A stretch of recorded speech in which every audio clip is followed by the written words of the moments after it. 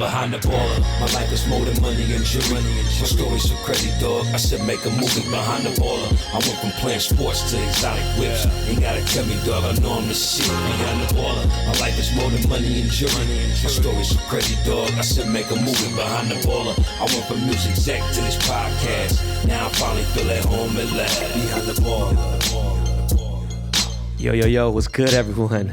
You are now tuned in to the world-famous, award-winning Behind the Baller podcast in true high-definition sound.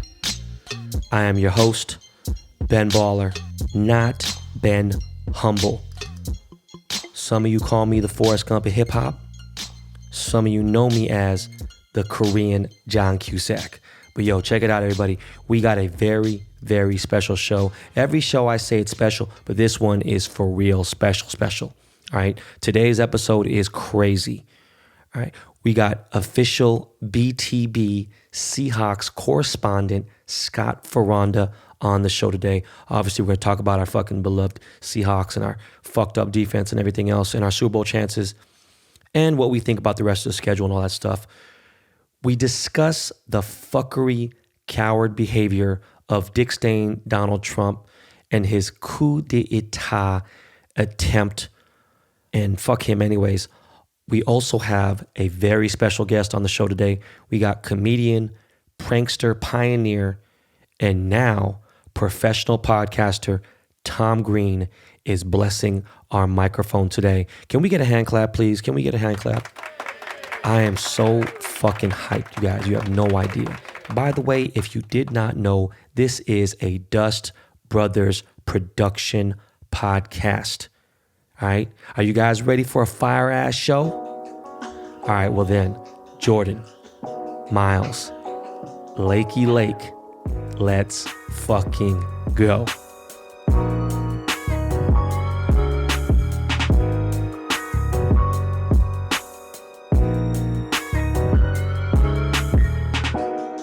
So before we begin with the real toro, that's the fatty belly area of the tuna, you know what I'm saying?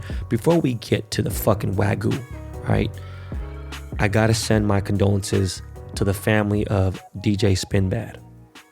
Gotta send my condolences to my boy Russell Peters. Yes, that Russell Peters, the world famous comedian. Rest in peace to my boy DJ Spinbad. You were a monument in the hip-hop DJ culture. You super OG in the game, man. This is a dude who I met on AOL Instant Messenger. If you guys remember AIM, or maybe I'm just too old for you guys, but this is somebody I met via DJ AM, a OG co-founding member of the Air Max crew. Rest in peace, Adam. Rest in peace, Spinbad. Fucking name is crazy. Spinbad passed away a couple nights ago from a heart attack, and it's crazy. He's like a couple years younger than I am. Just a month or two ago, he lost his mom to a drunk driver in a car accident. So 2020 has just been a fucked up year, right? I thought about it because he had a heart attack, and, he's probably about my size, whatever. Not all of us are in great health and everything, and just got me thinking, man. I hit up DJ Homicide. By the way, some of you guys may or may not know that Homicide is one of my best friends in my life. Been friends for 30 years. Came up together, DJing events for $50 each. This motherfucker was the first one to become famous in the crew. Rock star. Produced half or more of all the songs for Sugar Ray. Never knew in a million years that this motherfucker would be in a pop rock band and just be enormous and had, glory and the fame and everything. But now Homicide's about to turn 50 next month, and both of us, our health is like legit, like slowly deteriorating, and we're just talking about how important it is to have good health at our age. Motherfuckers got high blood pressure, got fucking diabetes, high cholesterol. Like, it ain't no joke getting close to 50. So you gotta make sure you take care of yourself. Yo, some of you motherfuckers that listen to this show, I know you guys are 38, 39, almost pushing 40. Do not forget to get a colonoscopy. Make sure you get your blood work. Make sure you get your labs done. Make sure you get everything taken care of, all right? I feel for my boy Craig, aka Homicide, because he dedicated his entire life to taking care of his mom.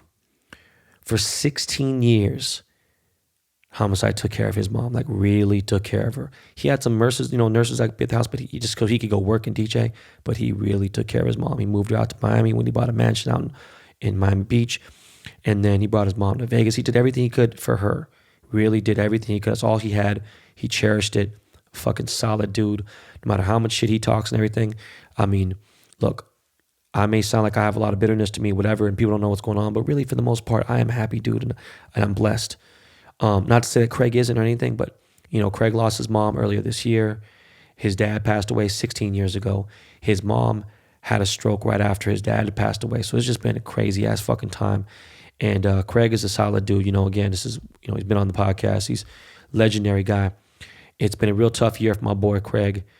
And, look, guys, we have 49 days left until this year is over. So please be careful out there. It's getting real spooky. Like, for real, man, it's scary. Crazy times out here, all right? And speaking of crazy times, every single fucking day for the last week, we have broke the record. Every day, we break the record again of how many COVID infections there are in the country. And people still think this shit is a joke. It ain't. No matter what you believe in, all right? No matter, how many people you see wearing masks or anything else, we got to stick with it. Because you guys want to keep gambling with your health, cool. But don't risk others, all right? I know and truly believe this shall pass. This Pfizer fucking vaccine came out of nowhere. And I respect Pfizer. I ain't gonna lie to you, man. They're a big fucking company, and I've used some of their fucking medication and drugs and everything. But, 90%, we're close. And what sucks is they didn't fucking release this, Do I think it's a conspiracy that they didn't release it before the election to fuck with Donald? I don't really know. But now that that's out there, it's looking good. But all of this together only works as if we work as a team. Teamwork makes a dream work. Look, people are worried about getting back to normal life, okay? But there are reasons why we keep having setbacks. It's because dumb fucks are out there and they want to go party, they want to do whatever. They're not tripping. They have the mask under their fucking nose. They're this, that, whatever. They're complaining about shit. I'm sick of doing this. Like, you don't think all of us are sick of doing this shit? I hate this shit. It's driving me nuts more than ever, especially coming back from San Diego and seeing that San Diego got restaurants and shit open and whatever, and they don't give a fuck. Motherfuckers are getting infected inside the restaurants. Hate to tell you this. Go Google and look at the LA Eater article about it. For all of you who live in Los Angeles or whatever, I'm just telling you, LA Eater is a very, very big foodie, news outlet for foodies and stuff and everything. And it's this shit is just fucked up. All right, the state of Texas is the first state in the United States that have over 1 million cases of COVID-19. Okay. Understand this. Let me say it again. Whenever I leave the house, I have a mask on. Do not leave my car without it, not shaking anything else. Whenever I touch anything at all, even a door, or I touch a fucking magazine, anything, I use sanitizer right after. Because just in case, what if I touch my nose? I don't know. Just being overly cautious. Anytime I'm walking around, out doing an errand, when I get back into my car, I use sanitizer before I touch my steering wheel or anything else, as does anyone in my family and in my personal assistant. Anyone that rocks with me on a daily basis for the last 8 months, they follow that protocol, okay? I don't even lack once. You'll never see me lacking. Never, okay? And again, that means sometimes when I leave the house, for a simple, whether it be fucking to go pick up lunch, to go pick up my mail, to go have a short little meeting with somebody that is wearing a mask and social distancing with me, that means just on that quick trip, single round trip, I wash or sanitize my hands 20 or more times in one single trip. Okay? Because I can't risk getting London infected with COVID-19. And it's getting bad. All right, with schools trying to open up and whatever, and like, we just can't. I thought about it, I was like, look, man, it's so important. You know how fucking important it is for London at age, having conversations, talking to his friends on FaceTime, how important for someone who wasn't really he was socially awkward and had all these issues, and now to have friends and talk. Look, thank God he has his brother, and thank God he has, the Kaya's in the house, and I know they bully her and shit or whatever, but it's like she's growing up, and they don't even Kaya doesn't even understand what the fuck it is to be outside. You could go ride your scooter, you could go do this, whatever, but it's like, it's sad. You know, yes, we have a pool. Yes, we have a yard. Yes, we have a big house. But I'm just saying, it's fucked up to see these other families who both parents work. You know, I know a kid that goes to London school whose both his parents they're both nurses. And they got to drop off their kid to a daycare. Like, I think it's the boys club, which is crazy because I think it just ends up being like, it could end up being like $3,000-$4,000 a month that they had to use someone to watch them, but they have to work. So it's just like fucked up. And on the weekends, they have their parents watch the kid, and it just makes them sad. You know, like, it's the school schedule having Zoom. You know, you can't have a 6-year-old kid's not going to fucking pay attention on Zoom. 7-year-old, 8-year-old, let alone a 5-year-old, they're not going to pay attention on a fucking Zoom class. The parent has to be next to them the entire time. It's really fucking crazy, right? So how do both parents work if they have to fucking provide and pay the rent and pay for food? This shit's risking their jobs, their livelihood, the whole nine. The only way we can get this under control is if we all practice safety, follow the fucking CDC protocol. All right? On Monday, I shot a promo for NBA2K 21, and we used the PS5. First time ever using it. It was fucking kind of crazy. Graphics nuts. And I played in an NBA2K 21 tournament. All right? Played against The Game, Sheck West, Lethal Shooter, Austin Mills, Zach Bia, Fatboy SSE, and Dancing Dan Rue. Right? All of us had to take a mandatory COVID-19 test and then quarantine, okay, for 24 hours. When we all arrived at NBA 2K Studios, we were able to take our masks off here and there. I was kind of reluctant at first, but I was like, yo, shit, that's right. Everyone did take tests. They had to show it. They're not fucking playing. The NBA doesn't fuck around. But the staff and all the other people working still had to keep their masks on. All right, shout out to my boy Ronnie 2K. This was the first time in 8 months where I was in a room with my peers and had my mask off. And it was the first time of living in normalcy, like barely. All right, it felt really nice. I'm not gonna lie to you, it was really, really nice being in this fucking whatever, and we weren't even outside. I had forgot all about the coronavirus for about an hour or two, but I lost in the first round to Lethal Shooter, and then I got to catering, started eating fucking food, and I watched Game and Sheck West battle out for the title.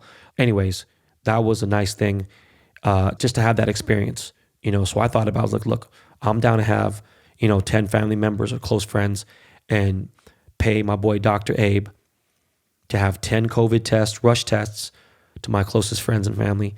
Have them quarantine first after the tests, get their test, quarantine, get the result, and then that night come over and hang out for a movie night in the $1 Million Man Cave, or have some food and chill just so we can have something cool where motherfuckers, we know they've been testing everything. We'll have to start doing this more often. But yeah, that was a big deal. Need everyone to fucking just pay attention. Look, you can believe in what what you want to, but at the end of the day, look, it's not no conspiracy. People are motherfucking dying. Yes, I lost 3 friends. Yes, it was early on, but cases are getting bad. And flu season's right around the corner. With flu season and everything else, I've never got a flu shot in my entire life. I'm going to do it just for my kids. I want them to do it. I need anything to strengthen this shit up. I know that I think that shit was the feds, but I don't have a choice. I don't got that luxury to gamble.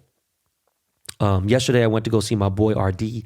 RD, I've mentioned on the show before, he owns an exotic luxury car company called Luxury Auto Collection, LAC. It's based out of Scottsdale, but he also has a little small base here on the west side, and he's known as @WiresOnly on Instagram, and he's the car plug to the stars.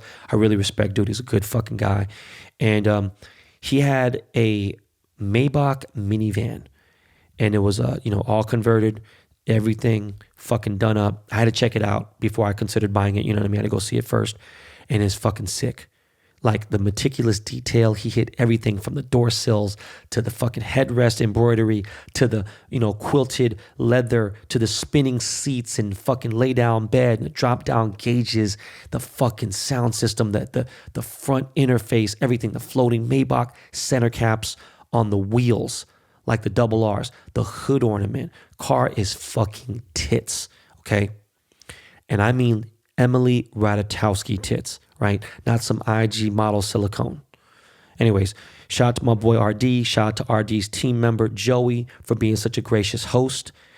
And speaking of vans, we're going to get right into the shit right now. My boy, Tom Green, actually has a crazy state-of-the-art conversion van.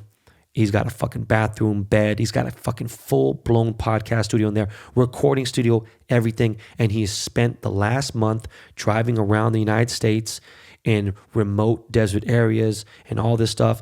We're going to talk about it on the show and everything, a whole lot more. Tom Green, fucking super fucking legend, you guys. Man, I really hope some of you motherfuckers really do know Tom Green is a real, true legend. So, Miles, let's get into some beats by Lakey, and let's get into a real quick commercial break, and let's get into this interview with the legend, Tom Green.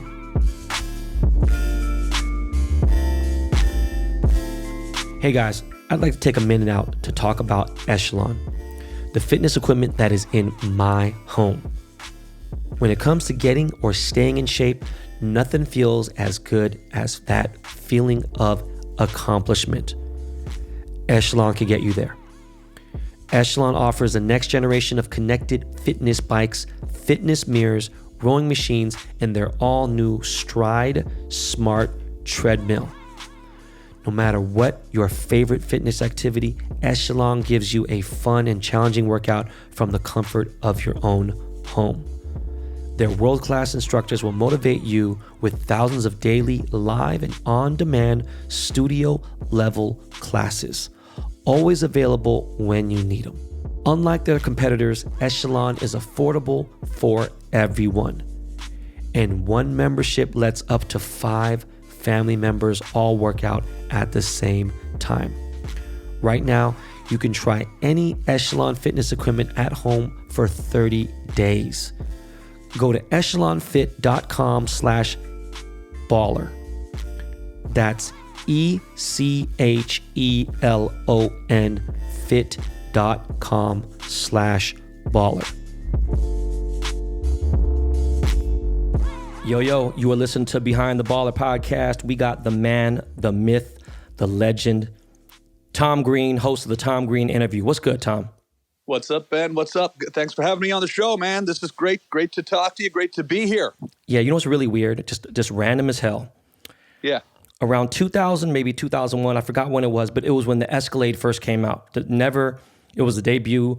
Like, I had one of the first Escalades in Los Angeles, and it was a big deal. And I bought it at a random ass place, bought it in Thousand Oaks, California. And it had like 4 TVs in it, and had one in the visor, had one in the headrest and everything. And the guy who installed everything, he was, I don't know if he was fucking Russian or something, Eastern European.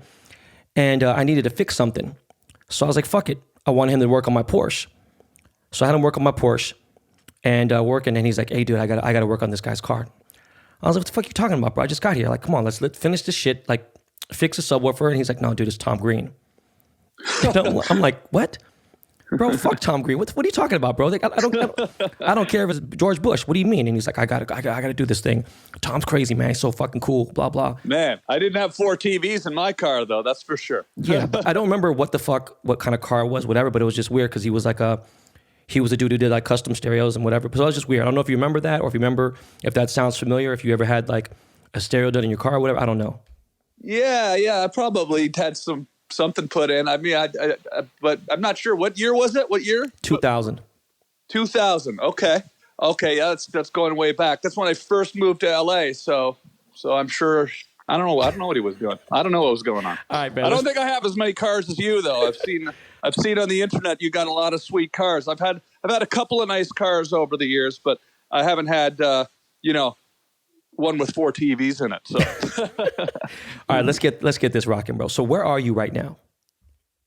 Well, I've been traveling in my van for the last 20 days, and I just am now taking a pit stop at home in Los Angeles as of yesterday, and I'm leaving again tomorrow, and I'm off to Austin, Texas. But I've been basically in my van for the last 20 days, all through Utah. And when I say my van, I guess I should explain. I built this podcast studio in a van, and I've been doing music and podcasting and videos and traveling around the country, just kind of trying to get out and see some nature and do some photography and focus on my podcast. and do it out in nature. Because for the first 6 months of this pandemic, I built a studio in my house again, and I was doing my show in my house, and I just started getting kind of bored, right?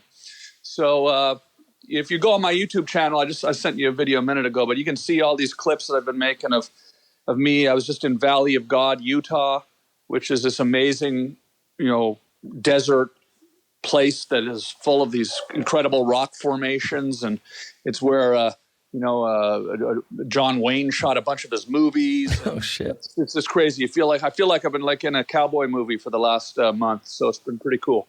Well, I clicked on it real quick just to check it out. It looks sick. So okay, well, hold on, bro. Are you going solo when you're driving out to Utah, or are you got somebody with you? Yeah, it's been me and my dog Charlie are living on the road together. Yeah, so Charlie's kind of like the star of all my videos. I'm just kind of like the director, You'll probably hear Charlie barking right now in the background. So just you and the dog, that's it? Just me and the dog. I don't have a cameraman, nothing. And I'm shooting all this crazy video. I always used to shoot and edit all the stuff, for the Tom Green show back in the day. Did all the editing. Didn't do all the shooting because I was running around covering myself in cheese. There's Charlie right there. I was running around covering myself in cheese and stuff like that. But now I'm shooting everything, and I'm just making these kind of crazy, kind of weird documentaries about me and my dog living alone in the wilderness. And it's been pretty weird, Ben. It's been pretty weird. Like I'm going to these really remote places. I talk about it in my podcast, and also I put it in these videos. So I've been Dixie National Forest at the top of a mountain. I was up in the Wasatch Plateau in Utah. And I was out in Nevada and middle of Arizona, middle of the Mojave Desert. And like the first couple of nights, like I got to tell you, it's kind of creepy, 'cause, I was just going to say, man, fuck. Yeah, because you're all by yourself, and, it was like just kind of weird. I got the van about 2 months ago, spent the first month with it here, my home in LA, just kind of equipping the studio. And I've kind of got this pretty... I know you know about making music, right? So like I can tell you kind of what I've set up in there. I've got like my MPC-X drum machine, and I'm basically I've got a keyboard with a lot of different keyboard sounds. And what do you got? Triton, Trinity, Roland? What do you have? Like a well, I have a controller. It's called Complete Control controller. Okay. And then that basically it's a bunch of software synths that I have in there. Right. For my traveling studio. Are you running an MPC 2000, 3000, XL, 60? What are you running? It's MPC-X, the new MPC-X. Oh, okay. Yeah. And then I'm running it all through a Neve preamp and okay, got a Neve. And I've got a 1176 compressor for my mics and Neumann U87 mic, and I'm going to do like a country rap album. I call it crap, is what I call it. So, have you been able to have any guests on your podcast, or you've just been doing solo? Yeah, no. So I have people calling in just like we're doing now. It's sort of the pandemic way of doing things. So I'll be in my van, and this week's episode, I just was actually up in Utah, and when I taped it, and the Trailer Park Boys called in from Canada, who are these hilarious guys. They're from Canada, and they great show up there, and they're on Netflix and everything. And they're awesome. They've been around for years. They're friends of mine. But I've had Ray Romano on the show. Was on one of the first episodes, and just had Jim Norton on. Fuck, Ray Romano was great. And by the way, in The Irishman, God, he was so good. Fuck. Yeah, we talked about that. He was, as a New Yorker, he was completely, in awe of being there. Yeah, come on, De Niro, Pesci, fucking, that's crazy. Yeah, absolutely. Yeah, so that was great. He kicked off the new series. It's called The Tom Green Interview. It's the podcast, and it's on once a week. We put it out with this with Audio Up, this great podcast audio company that's been getting behind it. So it's pretty amazing, and I'm having a great time doing it. No, it's dope, man. So, man, I'm a big fan. I remember you from back in the day and all this other shit and everything. And we've ran in a lot of the same circles in LA over the years, right? So I just want to shake shit up and just ask random shit. But like, yo, what was it like being so motherfucking famous in LA during that time? It was a pretty exciting time because I'd been doing my show in Canada on public access TV for years. And then when MTV picked it up, I was probably 28 years old. And, the show kind of was a hit on MTV. All of a sudden I was moved out to LA and it was a pretty exciting time. I had the same guy working on my car as who was working on Ben Baller's car, so things were pretty fucking good, What did you drive back then? Do you remember what it was? Was it a Porsche? I had a Porsche. I did have a Porsche. Was basically one of the first cars I got. So maybe that was what he was doing, putting the Alpine nav system in there probably. Yeah. I probably didn't know how to find anything in Los Angeles, so I still don't. But it's been 20 years. I still don't know where the hell I'm going. But maybe that was it. It was a Porsche 911 convertible. It was a pretty sweet car. Had that for a long time. Nice car. Yeah, man. That was 911 was my first car. It just was a coupe. Wasn't a drop top. But yeah, I heard about the public access TV in Canada, which is fucking nuts. And because Mike Rappaport, he's a friend of mine, and he's the person who got me inspired to do podcasting. In fact, his producers produced my show, and that's why. When I heard you on there, I was like, oh shit, wait a second, this motherfucker was on public access TV? I never knew that. And to tell you the truth, I kind of vaguely feel like I remember you were from Canada, but where did you grow up exactly? I grew up in Ottawa, which is the capital of Canada, sort of eastern Canada, to set it up for your listeners. It's sort of north of New York State. And it's cold up there, really cold, That's the one thing I don't miss about Canada. I miss a lot about Canada, but I don't miss the cold. It's literally one of the most freezing cities you can live in. But, dude, when I was in college, I knew I wasn't going to go to the pros because I got a scholarship playing football. So my head coach, he left our school. We lost our program. He ended up going to the CFL. So I was like, fuck it. You know what, man? Check it out. Fuck it, be Doug Flutie. I'll go out there and just fucking whatever. Why not? So I've never been to Canada before my entire life. This is like 1994, and I go to Edmonton. Oh, yeah, nice. And it was, look, man, I've never liked the cold in my entire life, and back then I was like petrified. These people kissed, and their lips were stuck together, like that kind of cold. Like it was like some abnormal, like ridiculous, like minus 300 degrees. It was crazy. But that's trust me, I hate the cold, but I know that's. Did you always know you were going to be in entertainment? I was just curious about that. I didn't know I was going to be. I knew I wanted to do it. That was kind of almost in some ways made it kind of more frustrating that I didn't know, because it was it was scary because I wanted to do comedy so much when I was a kid. I started doing stand-up when I was a teenager in high school. I'd go down to the comedy club and just kind of dreamed of being able to tour and do stand-up and maybe do a show like David Letterman someday was kind of the dream. That was my inspiration. But I didn't really know for sure if it was going to ever work out, So it was probably about 10 years in Canada of trying all sorts of different things. And that, eventually led to me getting picked up by MTV. But that was the big break, was when MTV came along. I wasn't driving a Porsche in Canada, that's for sure, when I was doing my show up there. When I was living in my parents' basement in Canada and driving a beat-up Ford LTD with rusted out fenders, but it was cool. It was good enough at the time. It got me where I needed to go. Man, nice. So is it true that you used to be a rapper? Yeah, well, that was one of the things I did when I was a teenager. I kind of started this rap group with my buddy from high school, and we did a lot of shows around town, and we'd open up for all the punk rock bands in Ottawa, and we were kind of trying to do like a Beastie Boys kind of thing, and we love Public Enemy and Tribe Called Quest and Gangstar, and I was really into hip hop, like I still am, but I was back in the day, like it was before hip hop was really mainstream. Oh, so, yeah, come on. So I sort of started this show in college radio when I was in high school. It was like the only rap music radio show in Ottawa.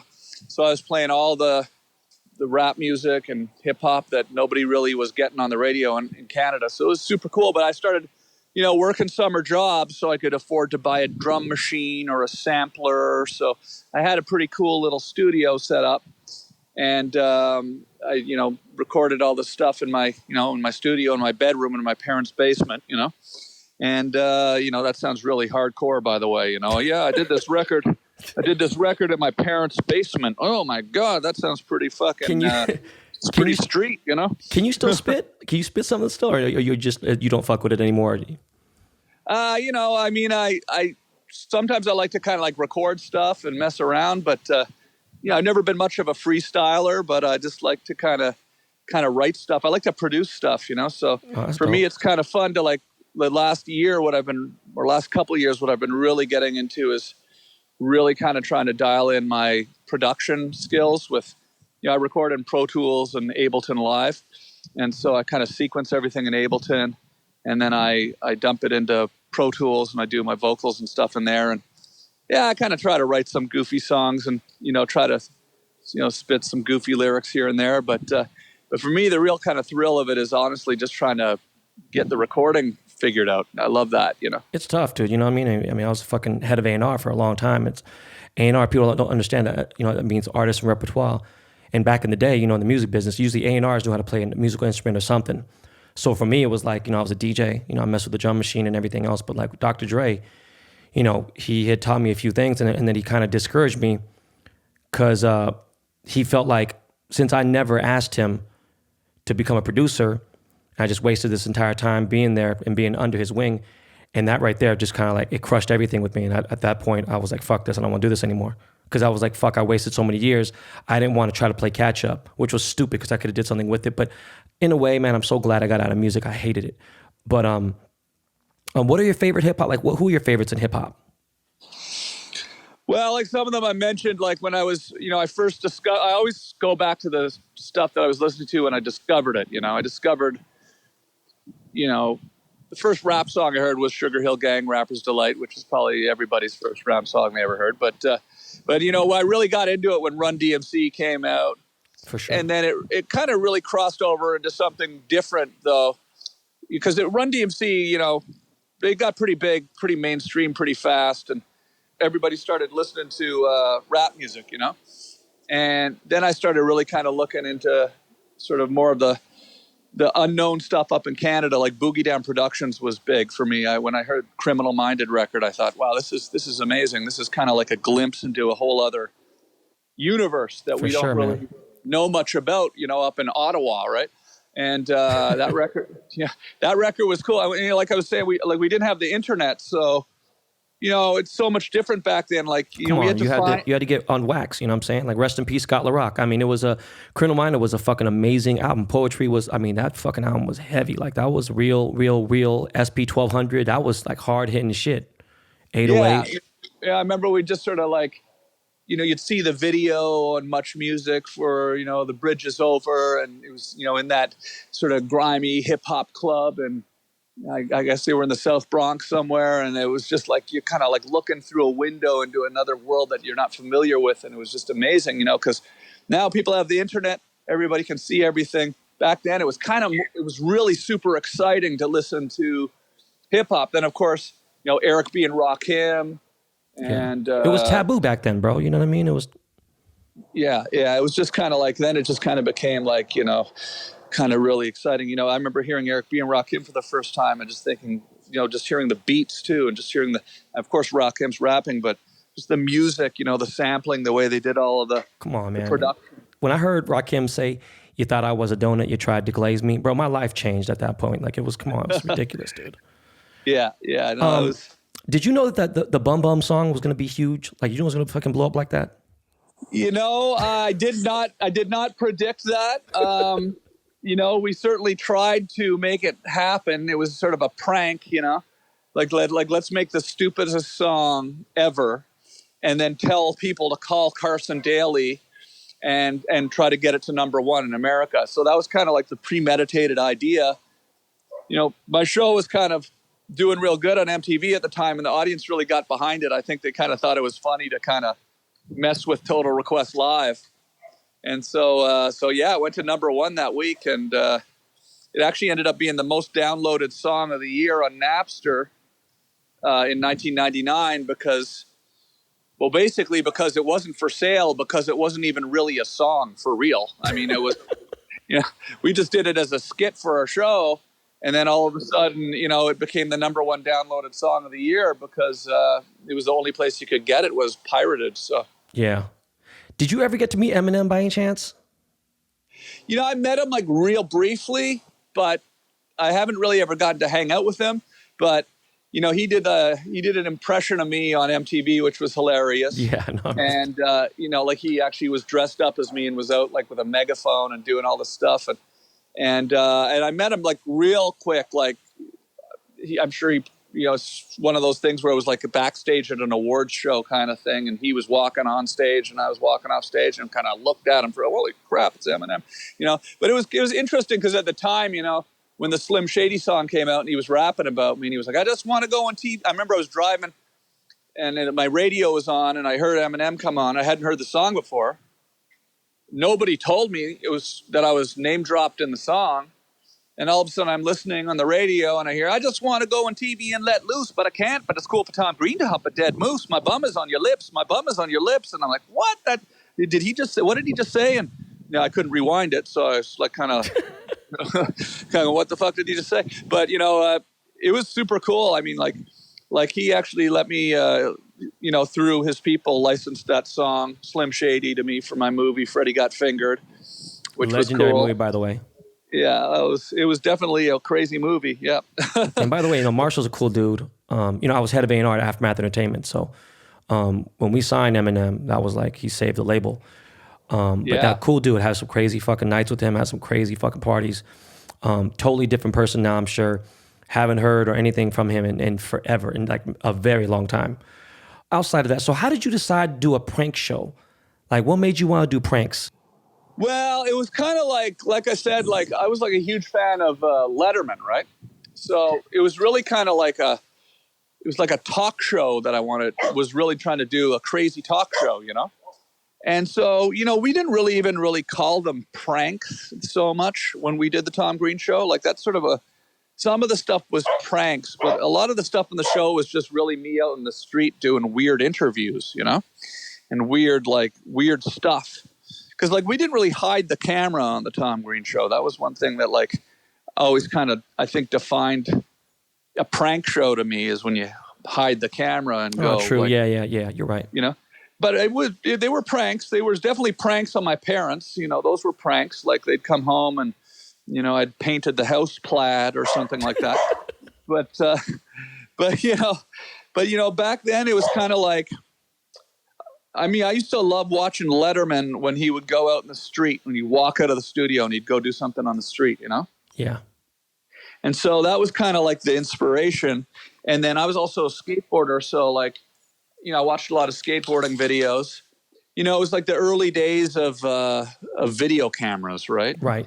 And I kind of like... camcorder. Yeah, I kind of realized like, hey, this is the first time like, you could really make a TV show without... like having a studio, there being any rules, yeah. Like we were doing it without even a television network at first, we were just doing it on our own. So we were kind of really trying to push ourselves to make it like the craziest thing we'd ever seen, which was why the show was so weird, I mean, I was fucking addicted to that show. There was this fucking DVD called Bum Fights. Man, I was fucking obsessed with that shit. Yeah. You remember that or no? I do. Yeah, we had them on my show. The thing is like. I had I always thought that was a little bit mean, a little bit being the sort of understatement, but and that was kind of like, to me, I always sort of felt that was kind of like the line that I didn't want to cross on my show was, where people were actually being kind of taken advantage of like that, Right. Now I hear you. But I remember when I saw that show for the first time, I sort of said like, oh, holy shit, like, what the hell's happening here in our world, because I knew that what we'd been doing was sort of set off this kind of idea of going out in the street. You guys sparked so much shit, bro. Like, yeah, all of a sudden, a lot of people were going out in the street with video cameras because the show got so big on MTV that all of a sudden there was a lot of stuff like that happening. And when I saw that, I just thought, geez, that's definitely sort of a very mean-spirited kind of take on what we were trying to do, I always liked it when it was like, I liked it when people got mad for like really sort of unnecessary reasons, like we was one bit called Undercutter's Pizza, where I tried to deliver a pizza to a guy. And I'd followed the pizza guy to the place he was delivering the pizza to. And when he got there, I pulled out a pizza. I was dressed as a pizza guy, and I tried to sell my pizza for cheaper to somebody. and undercut the pizza guy, right? And then the guy I'm trying to sell the pizza to, gets mad at me and he's chasing me with a hammer, and he wants to kill me because I'm trying to sell him a cheap pizza, yeah. And that to me was funny because there was just there was sort of no logic to it, right? Like, why is a guy trying to kill me with a hammer because I'm trying to give him a deal on a pepperoni and cheese pizza? That doesn't make any sense. But it was just because I was being really fucking annoying. That's why he wanted to kill me with a hammer. I was on his property, spilling cheese all over the place. So anyways, that was kind of like what was fun for me, is finding ways of getting people upset. But then when they really sort of took a step back, realized that I hadn't actually done anything wrong, really. They were just overreacting. So so how does that feel? You influence so many people. There, look, dude, Borat just came out. There's no Sacha Baron Cohen without Tom Green. How do you feel like you influence all these people to do shit like this? Well, I don't know if I influenced him, but I definitely love Borat. I think he's amazing. And he's certainly taken the political commentary to a brilliant level. I haven't seen the new one yet, but I've heard it's amazing. It's so fucking good, dude. Yeah, I've seen all the other ones, and I love him. So I've met him before, and I've told him so, and I think he's great. But, it's like I think part of what it is like, I just happen to be, the right age at the right time, and I happen to want to really pursue video and filmmaking, and I just happened to be, in my 20s in the 90s, when all that stuff was happening. So it just kind of worked out. Bro, we're the same age. You're a year older than me, and it's fucking crazy. I feel the same way. I feel like we grew up in the best fucking era ever. Like, literally, you got to see the internet happen. We got to see all this other shit. You wanted to get porn, you had to go get a fucking Penthouse or a Playboy. And just the way that we had to see things and just writing notes to chicks in class and things like that is just so fucking awesome. And I just love that, I don't give a fuck if I'm almost 50. Like, I just love the era we grew up in. Yeah, it's like sometimes I wonder, like, was it something that was so extraordinarily new, or was it just because we were young that it was exciting? Like, do you think maybe like in like 30 years from now, like people our age will be saying, man, back in 2020, it was so dope, man. Like, you didn't have flying cars yet. We had no teleportation. We had to actually like drive places. We couldn't like instantly beam ourselves onto Mars, Like, maybe 2020 seems real primitive compared to what it's going to be in 30 years from now, So, but, like, I agree with you though. Right. Like, I definitely am glad I grew up in the time I did, It was definitely a huge turning point, like just with the internet being new, electronics, all video games, everything being kind of new. That was such a massive shift in the way art and technology all kind of merged together. No, for sure. So let me ask you, so you were on Celebrity Apprentice. I just realized that, right? What year was that? I don't know, but it was probably about like 15 years ago or something like that. I don't know, 10, 12, 13. So it wasn't with Donald Trump then? It was with Donald Trump, yeah. Oh, yeah. It was? Yeah, it was, yeah. Donald Trump fired me. The president fired me. Bro, he's okay, first of all, I've been obsessed with this whole fucking election. I fucking hate Donald Trump. I know him. I have 3 or 4 different fucking 1 degree of separation relationships with this guy. Like, I'm tied to him in many different ways, unfortunately. But what do you think of Donald Trump, bro? I gotta fucking hear this. Do you have any crazy stories? Like, break it down, dog. Well, he fired me because I went out drinking with Dennis Rodman on the night I was the project manager on the Celebrity Apprentice. So, that was just that sentence has always seemed funny to me.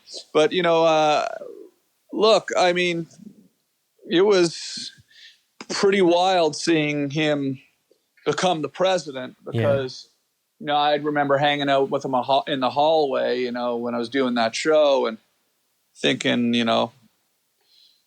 I just remember thinking, boy, this guy's pretty intense, he's really... You guys never hung out? He really is taking this show really seriously, the way he's like screaming at people in the boardroom. And I could kind of tell, like, he wasn't like joking around. Like, he really seemed like he was really actually really mad at me, And I'm like,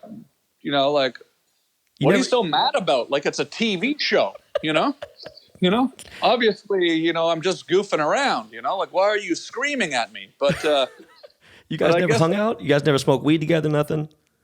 I don't think he smokes weed. I don't think maybe he does, but I think that was the thing, is I got this impression that he's a pretty straight edge guy. And that's kind of why he got real mad at me and fired me, because I was the project manager, you see, Ben. I had to sell wedding dresses. That was the challenge. I had to sell wedding dresses.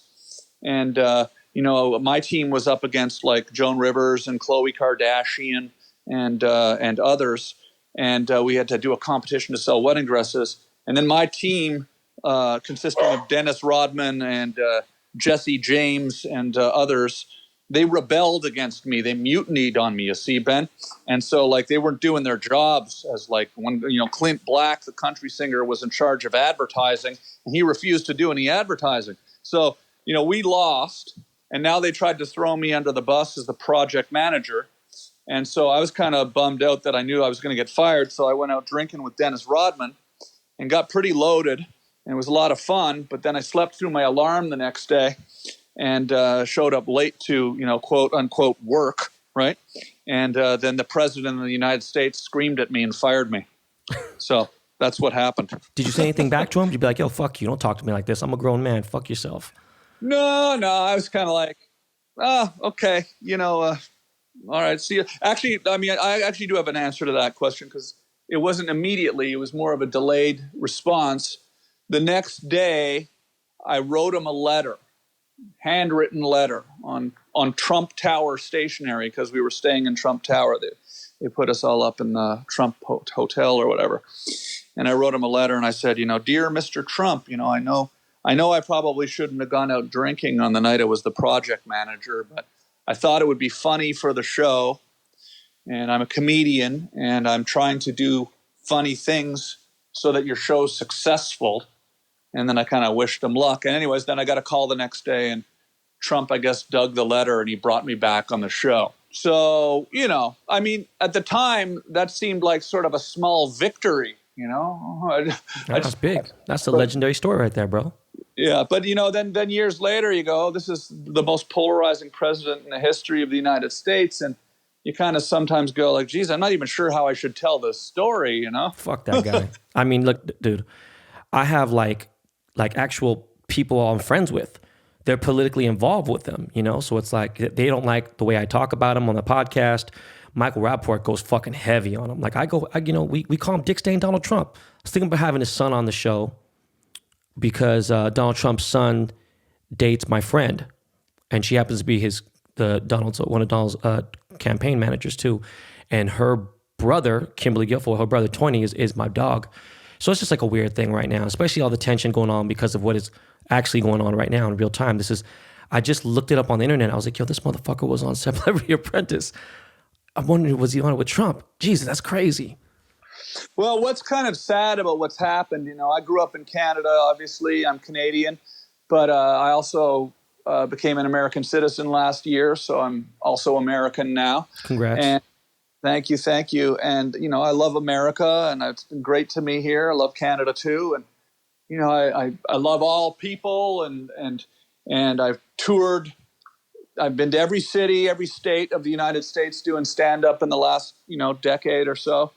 And been to, everywhere in this country, That's awesome, dude. And right now I'm out in my van traveling around everywhere. I'm going to all the national parks. I'm going to all of the beautiful places and doing photography. And, I put I'm starting to put my photography up on my Instagram and talking about it on my podcast. And, and I like being out there in America and seeing the whole country, because I feel like it helps me kind of communicate with everybody who's listening more effectively. And also I just love it. I love being in nature and stuff. Man, dude, what did you think when I told you I have a conversion, man? I thought that was amazing. But you have every car, don't you? So that's not really much. It's not really much of a surprise, You probably have a conversion Bentley, probably, right? No, but what I'm saying is, it was always sitting in traffic, it's a fucking nightmare, and that and everything. I'm like, yo, with COVID now, like, fuck this. I want my own bathroom. I want to be able to pull over and fucking have a fucking office, have a jet van, and just have that. And that's just the sickest thing. By the way, one of my boys, he started a crew called Van Culture, and he just, He's big on Instagram now. He does all these crazy ass vans from like, more so like Japanese, like dropping them, making them low and putting on wheels and doing other stuff. But he does conversion stuff too. And it just was something I was like, man, I would love to travel the world. I just have 3 children, so it's tougher. I want to travel with them, especially with COVID now. We could just Zoom class in the van, but it's not big enough for all of us. I mean, not for a trip like that, like a long duration. Yeah. I love it. It's been amazing. I mean, I've been really just seeking out really remote places, and next week I'm going to be driving out through Arizona and New Mexico, and I'm going to be looking for ghost towns and doing some photography out there. And let me ask you something. Hold on, man. Wait a second. When you're driving out there, right? And when you first said that, when we first started talking, you're saying it gets kind of creepy out there. Do you own a gun? Well, I don't really talk about it, but I'm pretty ready for dealing with stuff out there. But the thing that I've decided to do, Ben, the way I deal with conflict, okay, all right, is in a very Canadian way, okay? Okay. I don't get into the conflict in the first place, right? Right. And then you don't really need to have to worry about that kind of stuff. Like, I have very good sort of spider senses, and I keep my sort of attention very, very focused on my surroundings. So I generally just don't let people that I think are going to be negative like get close to me in the first place. But I mean, you're out in the desert, let's say, you're out in a fucking random ass area, unsolved mystery fucking type town, and some random ass person knocks on the door of the van. What do you do? Well, here's the thing. Like, first of all, I really am going to really remote places. So, I think, and I know we grow up like watching these horror movies, and people go out to the campground and then there's a murderer there, right? Right. But really, like, I kind of think you're more likely to get murdered in the city, because there's just like way more people who are running around murdering people, But when you're out in the middle of nowhere, it's just, I'm really going to places where there's not really any people. And the kind of people that you would encounter out there are people that are they're more outdoors people and nature type people. People, and they're not the kind of people that come up and go, "Hey, let's go murder the guy in that van." No, I'm just saying, like, if someone just knocked on you, I didn't say he was a murderer. I'm just saying, what would you do if someone just knocked you at a remote place? It's quiet as shit, chilling with Charlie, and someone just knocked on the door of the van. Would that startle you? Well, first of all, the door's locked. Like at night when I'm sleeping, the doors are locked, right? If they started trying to smash into the van, I'd probably just start the engine and drive away. Maybe even run them over, Fair enough, man. I like man. That's just your whole aura. I can feel it through the fucking phone. Like, that's cool, man. That's good. The way, just your energy, the way you even answered that, how you said, I just don't get into conflict and things like that. I love that. I mean, I don't. Well, because the thing is like, here's the thing. Like, this is my feeling. Like, the second like you walk towards danger, right, you're increasing your chances of being affected by it. No, I'm joking. So to me, it's like, if I get a sense that somebody wants to cause harm to me, like, for instance, if they're banging on my van in the middle of the night, I don't go towards that. I don't open the door and say, "Hey, what are you doing there, asshole? Why are you banging my van?" Yeah. Now the guy's going to do something to me, because I've raised the tension. I try to de-escalate.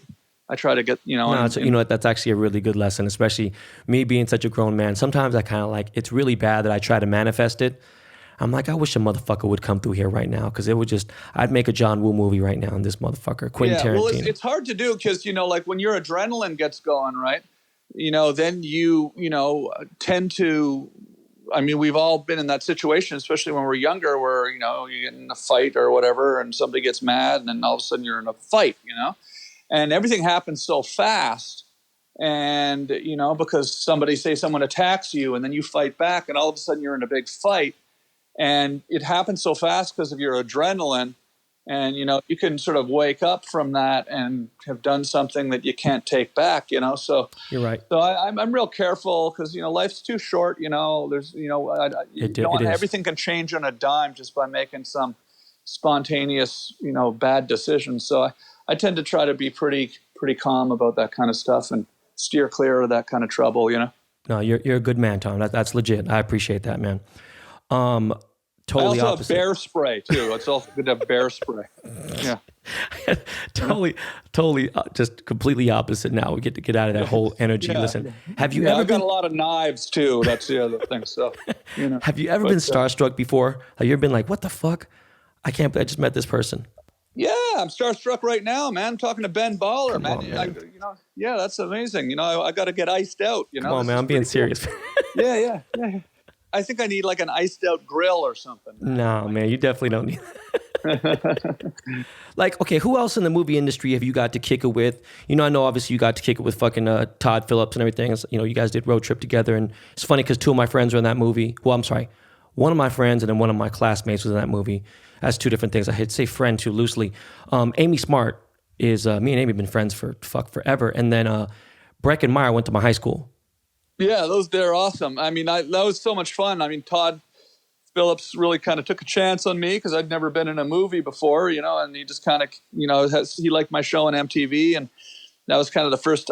I'd been in one movie before as a little sort of small part, the Superstar movie with Molly Shannon's Superstar, but I saw that. I didn't remember that. I remember. Yeah, I just had a small thing in it, but that was even before MTV, but I hadn't really been doing films and stuff, and Todd kind of came and sort of gave me that shot at that, which was really kind of an amazing thing, and so yeah, that was really cool, and Brecken and Amy and everybody on the cast. You know what? Awesome. You just totally just gave me an idea. This is crazy. Have you ever auditioned for a movie and not get the part? Like, that ever happen? That's the thing about. I mean, I suppose I probably have, but I haven't done like a lot of auditions over the years because I never really kind of pursued. Acting was never the thing that I was pursuing. It was always I was more interested in the television stuff, and then these sort of film opportunities would come to me because I had the show. But maybe I'm sure I have auditioned for a few things and not got the part. I don't audition for many things though. I just tend to. I kind of like to try to create my own sort of weird stuff, and just that's what I've always done. But I tell you, like to answer your question, like I get starstruck and nervous every time I meet somebody that I kind of respect and admire and have, seen on television or grew up listening to their music. And, and so hosting this show, my interview podcast, or I've done different podcasts over the years and shows where I've gone to interview a lot of amazing people. And it's always kind of like, it's kind of like a thrill, it's like an adrenaline rush for me, like to really, hey, Charlie, stop it. Come on. Come on, baby. Come here. Stop it. Come here. So it's always been kind of the fun part about doing interviews is you get to meet a lot of crazy people that you never thought you'd get to talk to. And so let me ask you about the podcast then. If you could have anyone on your podcast, right, who would you want to interview on the Tom Green interview? Like if you had just your dream guest. Well, I suppose I would love to interview David Letterman. I think that would be a pretty amazing thing because I grew up just like loving his show. And did you ever do his show? Yeah, I did a few times. I got to guest host his show. Oh shit! So. That's fucking amazing. Yeah, so that would be amazing. Just because I'd have a million really in-depth questions about the art of the talk show that I'd love to sort of have a conversation with him about. But I don't know. I think maybe it'd be kind of fun to interview Queen Elizabeth. That would be pretty cool too. That would be fucking sick. That'd be how crazy. I mean, she's had a pretty good life. We could talk about everything. Yeah, no. Did you ever meet Harvey Weinstein? I feel like that's part of our era and stuff. I remember seeing out when I went to Cannes one time. I seen him and stuff. Just curious. I don't really know him. I mean, whatever happened to that guy anyway? I think he's still in jail, dude. Oh yeah, no, I was just kidding. I heard about that. Yo, man, tell me what's the craziest party you ever went to in Hollywood? I don't know. Like all the crazy parties happened when I was in high school. Actually, there was always this kid in high school every year. It's a different kid every year, but for some reason, every year, some kid would throw a party at his parents' house when his parents were gone, and he'd invite everybody in the city, and then everyone would just come and steal everything from his house. Like they'd be like throwing. It'd be like the middle of the winter, and it was like every window would be open, and people would be like throwing VCRs out into the snowbank because VCRs were like a hot commodity back then in the 80s. You could walk out of like Darren Hildebrand's Christmas party with a free VCR. I mean, you were like killing it, But I mean, as in LA, I mean, I don't know. I never really kind of sort of seeked out crazy parties. I mean, I've always sort of been kind of just doing my thing, but they've been pretty typical. I don't know. You got to invite me to some good parties, Ben. I don't know. Dude, I'm old. I got to get out of the house more. I used to go out a lot. I was a DJ, and I was going out all the time, and obviously the good old Brent Bolt house days and shit, and going out. Which actually, you know what? Fuck this. We'll talk about this, man. You know what? I got a question. You were married to Drew Barrymore. Yeah, and, absolutely. Yeah. You did her show recently. Yeah, that was cool. Yeah. How did you meet Drew? I met Drew when she asked me to be in Charlie's Angels, actually. Speaking of movies that I Hey, shout out to my old boy, McG. Yeah, absolutely. Yeah, McG was great. So he's awesome. So we had a lot of fun doing that with McG, too. We had some funny... bro. Like, I've known McG for also 30 years or so. He's my boy. It's crazy. Oh, yeah. Do you still talk to him much? Say what's up. I haven't talked to him in a few years. I talked to Mark every so often, McGrath. One of my best friends in my entire life is DJ Homicide. He's the guy who produced all the Sugar Ray records, and he's the only black guy in the group and everything. And I met McG when they were obviously, when they were before even Sugar Ray. But I haven't seen him last time I saw him in a Laker game. Yeah, he was great. But, that's when I met Drew, and, it was a fun time, exciting time. That was back, in 2000 when we were talking about earlier when I first moved here. But it was cool, because Drew's got this amazing new talk show now. And, she's on every day doing this daytime show, and she's hilarious on there. And I just went on the show, and I actually hadn't seen her in, 15 years or something like that. So it was pretty cool TV appearance, just from that, very real perspective, there's not often you can kind of I've done a lot of TV shows over the years and done a lot of talk shows, and that's the first time I've ever been on a talk show where I was sort of being interviewed by my ex-wife who I hadn't seen in 15 years. So it was pretty cool, and we had a good time, and it was kind of nice to reconnect with her, and I'm really happy for her with her new show and stuff. It's really cool. Super random, man. Since you guys were married, did you ever meet Steven Spielberg? It's just funny. I just thought about it because since they're related, I was like, what? I never met Steven Spielberg, no, but I love his movies. No, for sure, man. What's the craziest thing you've ever purchased in your lifetime? Well, I mean, I don't really have this sort of extravagant lifestyle, I mean, to me, the idea of something really exciting to buy is like a camera or something like that. I've really, or some of my drum machines or music. Do you have a Hasselblad camera? Do you have something crazy like that? At the moment, I'm shooting with a Leica, which is what I shoot a lot of my film stuff on, and like M7, M8, something, and M6. It's an M6. I've had it for 20 years, But and then I'm shooting on video. I'm shooting on this new Sony AS7 III, which I love, which I just came out, and that's something that I really, really am excited about right now. Is my new Sony AS7 III camera. I mean, it's amazing. And I got some new lenses for it. So it's not really crazy, but for me, it's crazy because it's I'm going wow, this S-log footage really looks dope, So I get off on that kind of video shit, because I've been kind of a video geek for a long time. But I guess the fact that I own a house seems pretty crazy because I grew up when I was a kid. Growing up, I was always just worried about being able to look after myself and was really kind of worried about whether or not I was going to ever be able to support myself. So I guess that might be the coolest thing that I ever did was being able to buy a house and actually support myself. I feel pretty good about that. I mean, have you lived in the same house for the last 20 years, or have you? I've been in the same house now for 17 years. Yeah. Holy shit. Yeah, it's the longest I've ever lived anywhere is the house I'm in now in Los Angeles. But I had a house before that, for a couple of years too. So congrats, man. Yeah. So this is a business podcast. A lot of people they get that because they think the jewelry dude, the music guy, sneakers, whatever, cars and shit.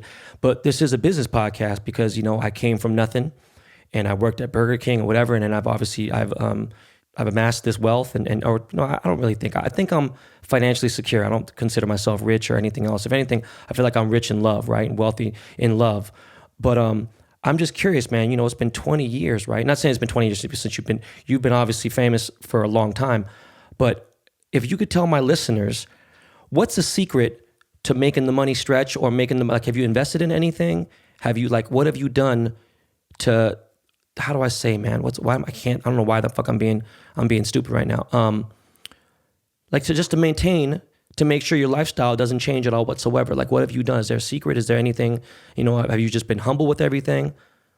Yeah, I mean, I guess, the first off is, you know, I've been fortunate to have some good years and some success, and you know, and I've worked hard. The last 10 years I've been touring full time doing stand up until the pandemic. So I just keep working. I keep pushing myself, you know. I don't kind of sort of take days off and get lazy and sort of. And then the other thing is you know, I try not to spend too much money, to be honest with you, because, you know, I have this sort of conservative kind of fear of, like, you know, going broke, you know, like I grew up I didn't have money growing up. I worked at Dairy Queen. You worked at Burger King. I worked at Dairy Queen. Right. You know? It's like we were like the royal family of burgers, you know. But you know, like you know, I can make a peanut butter parfait better than anyone. By the way, you know, I'm like the best peanut butter parfait. You know, I put like way more fudge than is supposed to be in like the actual required amount of fudge. I like double the fudge, so that's like, it's amazing. Everybody used to come to my Dairy Queen to get the peanut butter parfaits when I was working, because I was killer at that. I probably could have kept doing that, but, you know, I decided to get into comedy. But no, I mean, you know, so that's always been kind of, I think one thing is, like, I kind of like try to live below my means, you know, and I try not to buy too many, you know, extravagant things. You know, cars certainly is something that can really, like, you know, set you back if you spend all your money on cars. Like, they don't tend to go up in value very often. You got to be smart, you know? with it.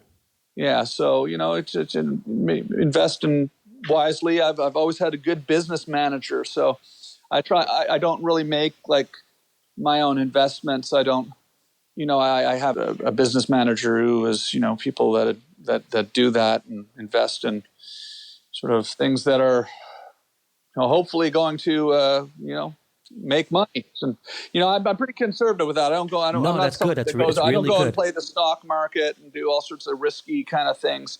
I just kind of tend to try to just not blow it, you know? No, I feel you. It's so common in Hollywood. People who have some good years. I mean, there's that guy from the Cosby Show. You saw him. He was bagging groceries for Trader Joe's, and it is what it is. It's a crazy town that we live in. Super random, man. Do you own a Rolex? I don't. I do not own a Rolex. I would always wanted to get one, but I don't have one. All right, yo, Tom, man, listen, man, this has been fucking amazing. And the last question I ask every single guest that comes on the show is there anything that you'd like to ask me? Anything I would like to ask you? Yes, like if I was going to get like iced out, right? Right. What would be like the first thing that I should get? Like, should I get like the gold diamond grill with rubies on it, or should I get like a ring or a chain, or because I don't really, that's one thing that I don't really. I just can't see you with a chain. I can't see you with the bracelet. I can't see you with the watch. No, really can't see like even a bracelet, like even like a nice gold bracelet, like a platinum gold bracelet. Well, okay, if it was something like that, if it was something subtle, I could see you, you know, a necklace, something subtle, that'd be fine. But I think because it was for me and it's something special, and you're like a fucking trailblazer, man. You're such a different type of person. I think it'd have to be a grill. It'd have to be something like a, you know, like a shiny grill that just throws somebody off and be like, you know what? It's so fucking crazy, but it's so, I could totally see Tom with that diamond grill with rubies and sapphires and emeralds in it, and something just kind of just crazy. I like that. You know, when we were teenagers and we had that rap group, we went down to New York City for the summer and we were recording down there. I was like 17 years old. And I remember we'd go down to like Canal Street and 42nd Street and walk around all the jewelers there. They used to sell those like gold caps that you could like stick over your front teeth, you know? Yeah. And we all got those. And when we came back to Canada, we all had like gold teeth, man. And everybody thought like, you know, we were pretty weird, you know? because people didn't know what was going on. You know, back then, like nobody had gold caps on their teeth except us apparently. But you know, I always enjoyed that, you know, and then I've sort of occasionally thought recently, you know, maybe I really do need like a diamond encrusted gold grill. You know, that might really do a lot for my image, right? That might really be good for my podcast, right? We might have to just do it. Yeah, we might just have to do it. Absolutely. Yeah. Just text me after and tell me how it works, because I'm curious about getting a grill. Definitely, we got to do that. Yo, Tom, man, I really, really cannot express, because look, I have a lot of newer people. I have people who no one's ever heard of. I have certain things, and it's rare that I get such a big legend on the show, and especially someone who's been famous for decades. I really appreciate you coming on Behind the Baller podcast. I can't thank you enough, man. Oh, that's awesome, Ben. Hey, man, I'd love to interview you for my podcast too. That would be really cool. We could get really into. I would fucking love to do it, dude. Anytime. I know you got a million stories, and we could get really into detail to talking about the jewelry and everything too. I like getting really, really into detail about what people do. So that would be definitely really... like music business. I was a fucking, I got my degree in cinematography in school, in college. So like, I thought I was gonna be. And I never ever used it ever. Didn't fucking direct. Never did shit, which is crazy. But hey man, there's still time, man. Now's a good time. Just go do it now. I'm throwing myself into my photography now, and I hadn't had a chance to do that in years, so I'm just kind of really throwing myself back into photography, and I think this pandemic has given everybody a moment to take a pause and really think about what it is that we really want to do in our lives. So it's no time like the present, man. No, for sure. That's 100% accurate, for sure. So, Tom, man, thank you so much. Yo, Miles, man, do me a favor. Throw on some of that Lakey Lake real quick, and we'll be right back.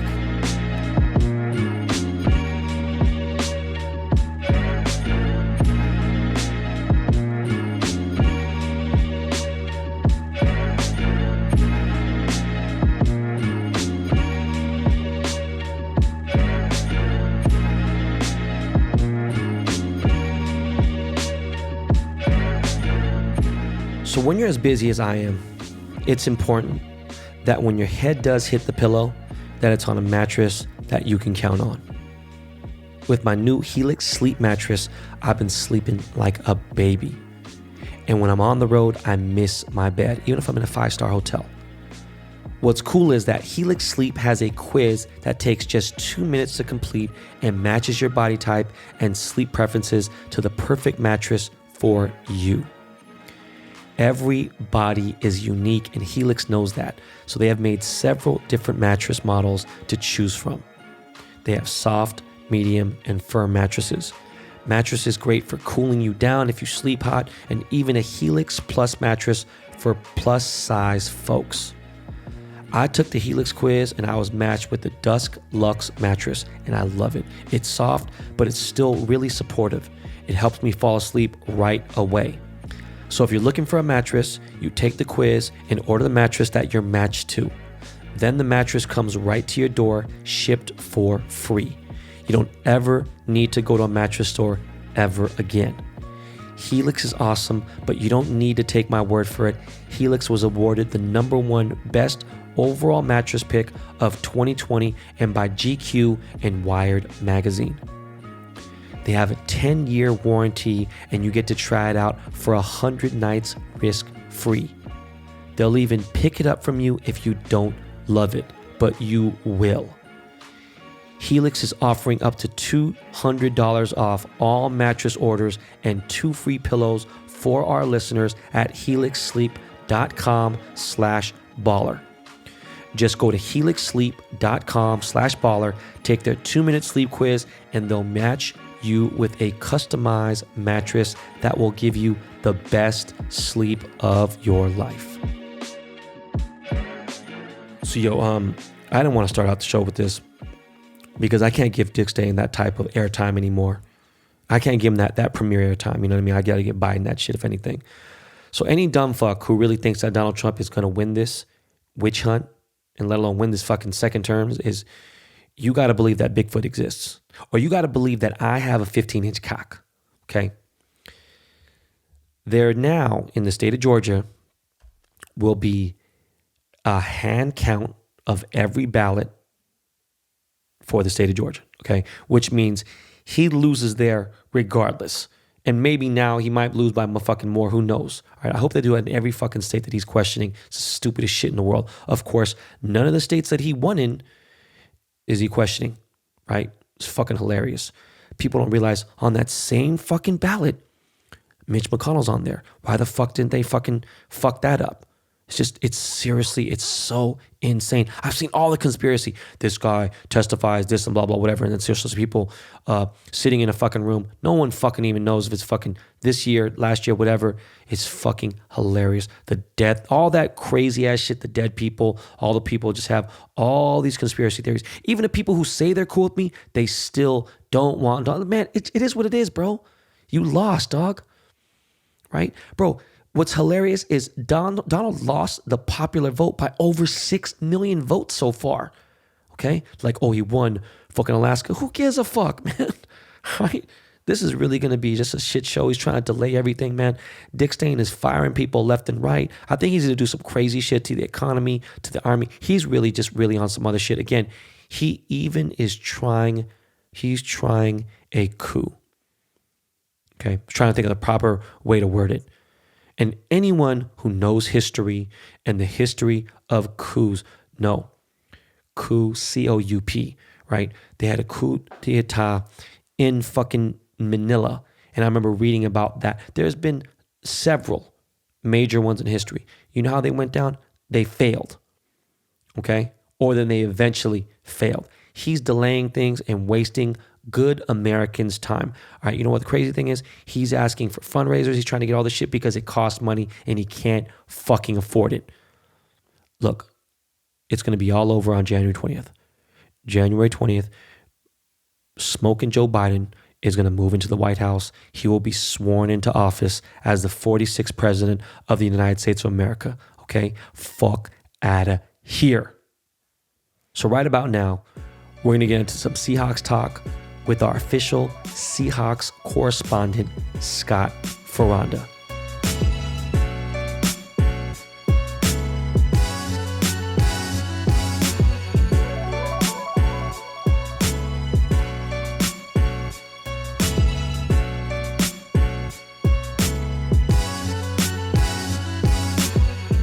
Ladies and gentlemen, we have the official behind the baller, Seahawks correspondent, Filipino, born and raised in the Seattle area, Kirkland to be exact, of Seattle, Washington.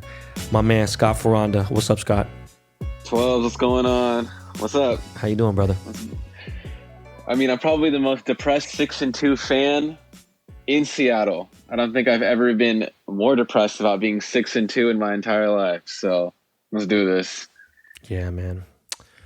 Well, man, you know what's crazy is, all right, so across all four, the four major sports platforms, Bleacher Report, ESPN, Fox, and whatever, all that shit, I was looking at the stuff, we are ranked between 6 and 8 in the NFL, right? Yep. I truly do think that with the loss of the Buffalo Bills, we're definitely, at least a 6-7. I don't think we're lower than 7, right? I agree. Stephen A. Smith putting the Bills at like number 2 or whatever. He's fucking tripping. That motherfuckers. And you know what? Each week, he really be tripping for real. Like, he can't make up his fucking mind. Now, let's be honest. Let's just revisit that game real quick. There's nothing really to talk about it, but let's be real. Russell has 2 fucking key turnovers, interception and fumble, both at our 20-yard line. Mm-hmm. They turned both those into scores. So that right there, right? That's 14, and we lost by 10, right? Yep. Don't you think that 10-point game, they've made it seem like, that game was never close and blah, blah. We got within 7, and tell you the truth, the momentum went one way, boom, with the shitty defense. I honestly think, I was like, yo, man, this could change 1 second right here, and then boom, stupid shit. Because they want to give the fucking Patriots like, hey, man, these guys were a fucking play away from beating the Seahawks. But they lost. And you guys are still giving Patriots all that love. But look how they've performed in the last 6 games, right? Look how we have. We haven't had a back-to-back loss. And I'm saying we played bro. We allowed the most yards ever in history, in our fucking history of a football game. This motherfucker, Josh Allen had what do you have, 500 yards? Like, I'm being serious. Like, you know, I just think if we go back there, yes, we lost by 10. That's not the true score of that game. It was close with our fuck ups. That's how I feel. I'm not being delusional. When you look at the Niners game, when we played against the Niners, we beat them by 10 eventually, but really, we fucking destroyed them. Do you know what I mean? Like, we let them get back in the game, whatever it may be. Yeah, I mean, they put the backup in at that point. Like, they gave up. They started pulling all the starters. Like, luckily, Nick Mullins somehow made some kind of turnaround at the end. He's better than fucking Garoppolo, dude. He was fucking... Yeah. He does look a lot better than Garoppolo, for sure. Okay. But you knew when they pulled him out. It was like, all right, we already won that. So on to the next. So look, Buffalo, 100% without any doubt. Look, there was 2 teams I was worried about in the beginning of the season. One of them was the Rams, and only because I got so much anxiety from Aaron Donald. Watching them play now, I'm not that worried about them. I'm sorry, I got to be real with you. I'm just not worried about the Rams. Seeing them lose to teams that we've beaten, whatever, I'm just not worried about them. I was worried about Buffalo. I spoke about it actively on the podcast. Spoke about it actively, here. Stephon Diggs is a friend. I said, yo, man, this is fucked up. Quentin Jefferson did this to us. You know what I mean? Like, how could you son of a bitch? You motherfucker. I know you listen to the show, Quentin, you motherfucker. But you know what the funny thing is? Every time I talk to Quentin, he talks about how actually sad that he, had to leave Seattle because he wanted to stay, but that was up to us. So with that said, look, we lost, what was our first loss? Our first loss was to the Cards. Oh yeah, Cardinals. Okay. Mm-hmm. Look, fuck that. That's ridiculous. Look, that was the stupidest shit in the world. Yeah, at that point, it was like we lost all our chances. I was like, fuck it, we lost. Like, if we didn't lose to the Cardinals and we lost to Buffalo, they still wouldn't have put us in the top 5 because they're just on that fuck shit and people want to hate us. But people do, listen, I started realizing more than ever this season, we got a lot of fucking Russell Wilson dick riders. That's good. There's a big support system with him. So, okay, so I'm good at 7. We're good at staying at 7, right? Obviously, there's no other thing to talk about. Our weakest link is our defense. The crazy part is this. We have very good defensive players. Technically, yeah. There's people who would argue that the Eagles are the worst defense, the Dallas, all these other players, Atlanta, whatever the fuck it may be. Like, we can't say we have whether, I don't care. What I just saw through 9 games, we've allowed the most yardage in the history of the NFL. Yeah. Right? And we're going to shatter that record. We're on pace to just it's about to be bad. So look, you see how we played defense against Dolphins and the Niners. Really, our defense to the Niners up till about maybe the fourth quarter. The fourth quarter is when the reserves came in. We really shut them the fuck down. Without Jamal, we look really good. So yeah, 100%. Crazy thing is, Jamal's in. They're saying that there's injury issues. I don't know. I didn't really see that. I saw him rushing in looking good. I mean, here's what I think. They can try and say it's injuries. They can try and say it's the players, but there's an issue when the defensive coordinator is having our linebackers match up against Stephon Diggs and he runs for 50 yards. Or we call an all-out blitz on a first down when we're inside the 10-yard line and they run it out for 50 yards. Right. It doesn't matter who is back there. That's a play call right there. The only time that cocksucker King fucking Norton Jr., the only time that cocksucker's ever good is when we play against the Niners because the motherfucker was a Niner. So he kind of has some insight. Really doesn't even fucking matter because fucking, it's a whole different level what's going on. Yeah. But look, even Schottenheimer, bro, it's 3rd and 18. And you're going to give Dallas the ball. You're going to give Dallas we're going to run the ball on 3rd and 18? You're telling me right now you're not going to throw it to fucking Blair or to throw it to fucking Hollister or throw it to fucking Olsen or throw it to fucking Metcalf or fucking Lockett or fucking even Homer? You're going to give the ball to fucking Dallas? You're going to give him the ball at 3rd and 18, Shotty? Really? Yeah. Okay, look. Pete used to be a defensive coordinator. All right. I want to give him some love here. Look, I feel like we're just the most dysfunctional team in a certain way. We just, and people are starting to lose faith. I think, okay, Shaquille Griffin, he's out. Chris Carson is out. Mahdi is out. Who We else? haven't even seen Snacks play. Which is that doesn't Snacks make Harrison. why hasn't he played? They said he needed to get in shape because he originally retired, so he needed a month to get back in game shape. So we're going to see him this weekend, but that's another player that we're down on, and we already showed that our defensive line, when me and you talked before the season, that was our biggest worry. It's even bigger of an issue now. So we need this guy even more than ever. All right, look, man. Dunbar's out. Yep. Okay. Griffin, not gonna lie to you, he's not bad. Some of the people seem to think that Trey Flowers is doing well. I still think people look at Trey as a weakness and they fucking go to that side every time. It's not a coincidence that they keep throwing to that side. You know how I feel about it. Yeah. You said that. You said that 2 years ago before we even fucking started. Before we started the 2019 season. Before me and you we barely met. But what do you think of Carlos Dunlap, man? I mean, what? For his first game, he got a sack and he had a couple QB pressures and QB hits. Like, that's more than we've already had before the season, for the rest of the season. I think so too. Yeah, we've already added a great addition. So that's a great start for us. We actually have pressure from a defensive end, because I don't even know who the other guys are right now. Yeah, the way that they're playing. Don't you think that's fucked up but we had the trade deadline and we didn't make no moves? Like, we should at least try to go for fucking. I know that fucking JJ Watt was, crazy here and there. Obviously, most likely he would go to Pittsburgh because right now they're the contenders. And realistically, I honestly think they really could beat the Chiefs and go to the Super Bowl for the AFC. I don't give a fuck about the AFC. But what I mean is JJ Watt's brother does play for the Steelers. So, you want to be on that team. But I think that we had something to play with. I'm just disappointed we didn't pick up anybody by the deadline, Yeah, we only got, I know, we got Carlos Dunlap, but that was kind of we knew that was going to happen even before the trade deadline. But yeah, the second the day happened, all of us were just sitting there just waiting. Is anything going to happen? I don't know. It just kind of worries me because our defense is alarmingly bad. You'd think that we would just go all out because you know what? We have an MVP caliber player. I would be shocked if he doesn't win it and he's not second.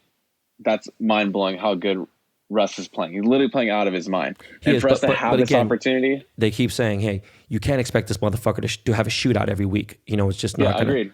And look, okay, this is where the blessing comes in. We beat the Rams this Sunday. All right. I'm predicting a 28-21 score. All right. You wild. All right. I think we beat the Rams. Aaron Donald's definitely going to come and try to kill motherfuckers, but you know what? How different is he than, if anything, I'm worried about him less than I am about motherfucking these goddamn DBs that are coming in. You see these DBs that are coming in and blitzing? It's insane. They're coming in with nothing. They're just coming in just bro, I forgot who it was on Buffalo, but he came in and I was like, yo, how are you not offsides? I can't even believe it. We were not he came in so fast on the count. It was if he knew, okay, the third hut, the cadence, he's like, all right, boom, hut, boom. And he ran in and I'm like, Jesus Christ. There was no time for anything. There wasn't even time to hand off there was no time for a quarterback sneak if they're going to go forward. That motherfucker was already in there. So I think 28-21, that's the score I'm predicting for against the Rams. I'm not worried about them, man. They're seeming weird. So week 11, we got the Cardinals. Week 12, we got the Eagles. That's right there. 3 more wins. The Giants, we should fucking crush them. Jets, that's fucking 5-6 wins right there. On week 15, me and you will both be in Seattle. It'll be Christmas break. I'm going to watch us play at Washington. That's 6 more wins right there. Then we come back, and this is where it gets tricky. Week 16, we play the Rams at home. We don't have that 12th man advantage. Nope. To beat them twice, I don't know. So I think this. They don't beat us 2 times. So what I think is we end up with 2 or 3 losses for the season, which there's no way that doesn't we'll be number 1 in the NFC. That puts 100%. us, that puts us in a very good position to, at least to get a chance to get into the Super Bowl. Conference. Yeah, for a 1 seed. Yeah, for sure. If we just end up with 3 losses, there's no way. The probability of us not getting the number 1 seed would be insane. I don't care how good the Packers are doing. It's between the Packers and the Saints, but I think that Packers have 2 losses. So it's us, the Saints, and the Packers. We're all 6-2 right now. And they have us at the 2 seed right now behind the Saints because the Saints have more division wins because they just destroyed Tom Brady on Monday night or Sunday night. if we split with the Rams as we should, then we'll go 13-3 because our non-division schedule, as far as anybody in the NFC East, we're going to sweep that. That's going to go 4-0. Yeah. 100%. We just have to And we worry play great about on the our road. division. This is the crazy thing right now. Even if we do 12-4, it's what we did last year. Or no, we did worse than that. I'm just saying, like, 13-3 is fucking amazing for the defense that we fucking have. I mean, bro, if we ever need to motherfucking put some money out there for some we need to try to get JJ Watt and everything else. And I mean, where I feel with it is if we go 13-3, if you're a Seahawks fan out there, the last 2 times we went 13-3, we went to the Super Bowl.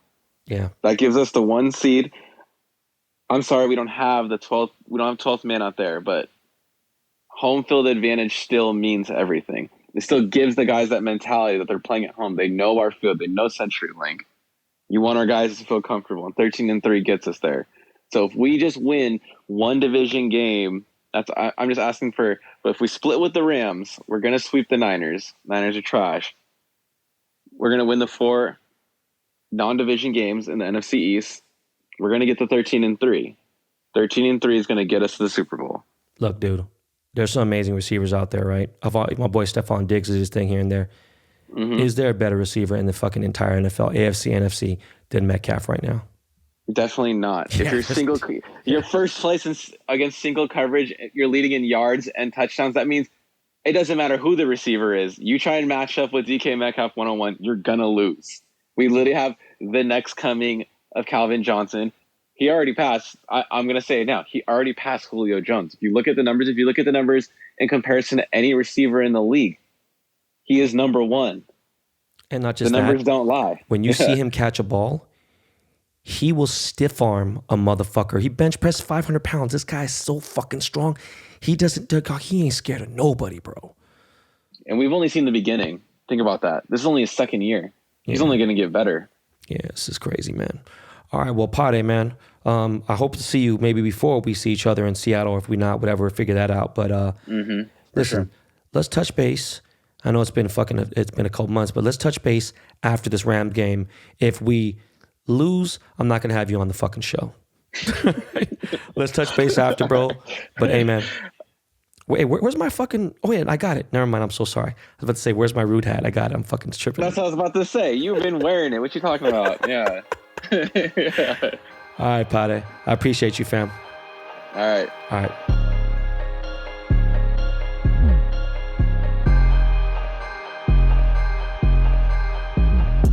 So, yo, I got an iPhone 12 Pro Max coming tomorrow. I said I wouldn't, but fuck it. You know, I actually love that shape. I think that's the iPhone 4 or 5 shape, that like square edge thing. Anyways, I was thinking about that new MacBook too with the new Apple processor, but I think I can't do another 13. I need the 16-inch. Back to the Pro Max, it's bigger than the 11. I wish it was one between the size of the iPad mini and the Pro Max. That'd be fucking awesome, because this shit now, I mean, I use a laptop for, because the keyboard and whatever and stuff, but realistically, I said this way back when I first started the podcast, my iPad Pro 13-inch with 12.9, same shit. That's like my go-to, because I watch movies, everything. That's like, so when I have the phone, I'm on it so much because I use it for directions. I use it for everything else. When I get my results, it says, oh, your daily use, blah, blah, blah, blah, blah, whatever. I use it between 9 hours and 20 minutes to almost 10 hours a day. And people are like, what the fuck's on the phone a lot?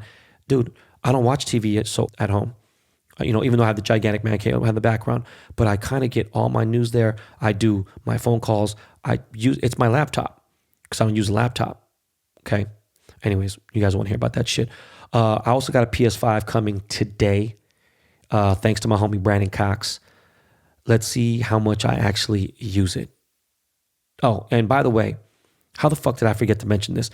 Speaking of gaming and shit and PS5s and all that stuff, everything. I cannot believe I did not mention this until now.